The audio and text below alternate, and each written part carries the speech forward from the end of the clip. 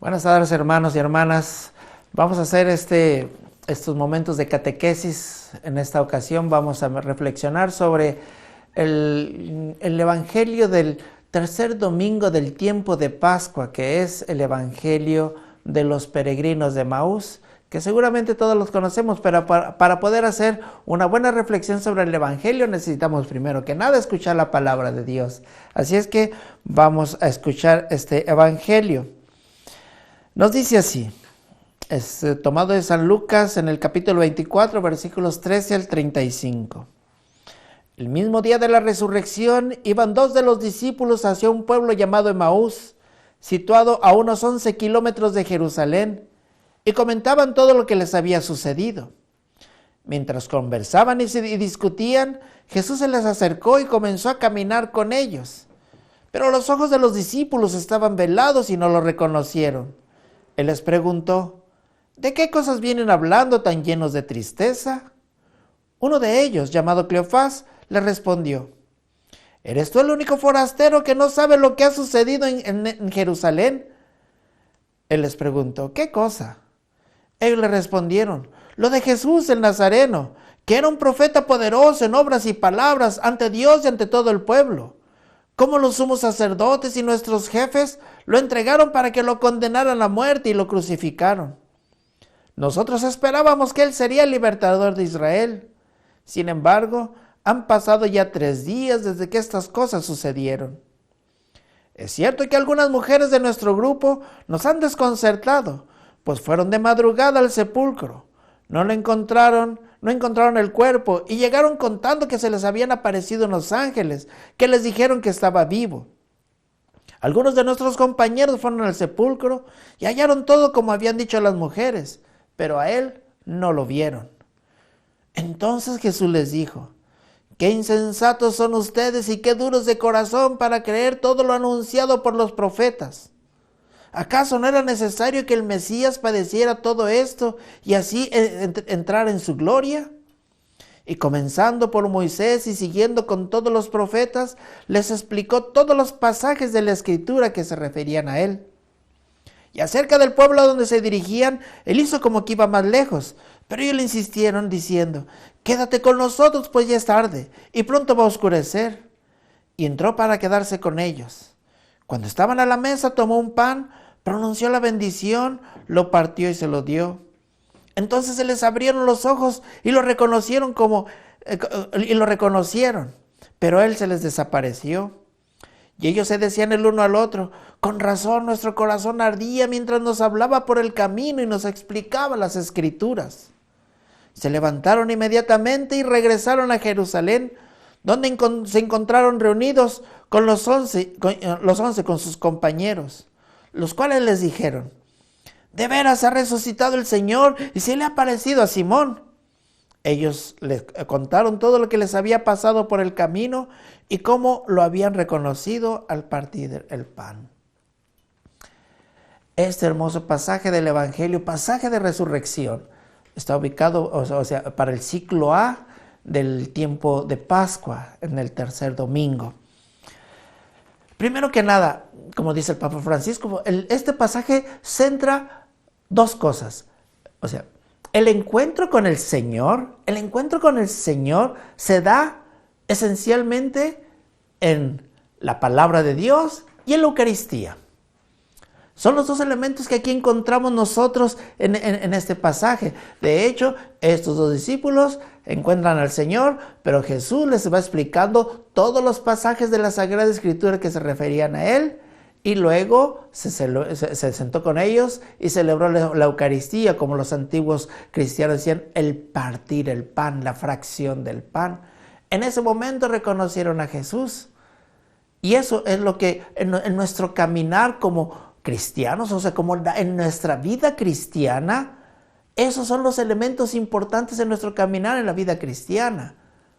La Escritura, la Sagrada Escritura, es decir, la palabra de Dios, escuchar la palabra de Dios, meditarla en el corazón, interiorizarla, y la Eucaristía, la comunión, es decir, la unión, el unirse con Jesús al comer su cuerpo y beber su sangre. Esos son los elementos importantes. En una forma, hay muchos elementos simbólicos en este pasaje del Evangelio, muchos. Que bueno, pues esta es una catequesis corta que vamos a considerar solo algunos de estos muchos elementos. Por ejemplo, nos damos cuenta que la llamada que nos hace Jesús y que nos sigue haciendo a todos absolutamente es una llamada a la conversión. ¿Qué quiere decir conversión? Es un cambio, cambiar nuestra forma de vivir, cambiar nuestra dirección hacia dónde vamos. Y Emaús no viene a ser un lugar, Emaús es el punto de conversión. Es decir, los discípulos iban caminando hacia Emaús. En Emaús se encuentran al Señor y ¿qué es lo que sucede? Se regresan a Jerusalén, regresan en busca del Señor, regresan en busca de la comunidad de la comunidad de los creyentes. Es decir, hubo un cambio. Entonces para nosotros Emaús es el punto de conversión, es el lugar de conversión, es una llamada a la conversión, a un cambiar nuestra dirección, hacia dónde vamos caminando, hacia dónde dirigimos nuestra vida. ¿Estamos buscando al Señor? ¿Lo hemos reconocido en el camino? Y otro punto, fíjense, es un caminar. Nuestra vida es un caminar. Y nosotros estamos representados allí en esos dos discípulos que van caminando. Entonces, esa es nuestra vida. Un caminar en el que dice aquí que el mismo Jesús les pregunta, ¿a dónde van?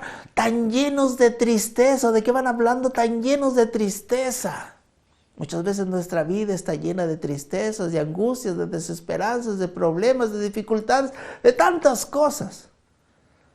Y ahí vamos caminando. Y es el Señor el que se acerca como compañero.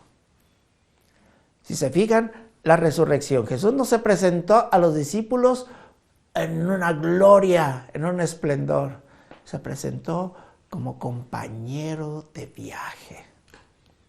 Y eso es primero que nada para nosotros. Jesús está con nosotros, camina con nosotros, nos acompaña en nuestro vivir. Y eso es muy importante.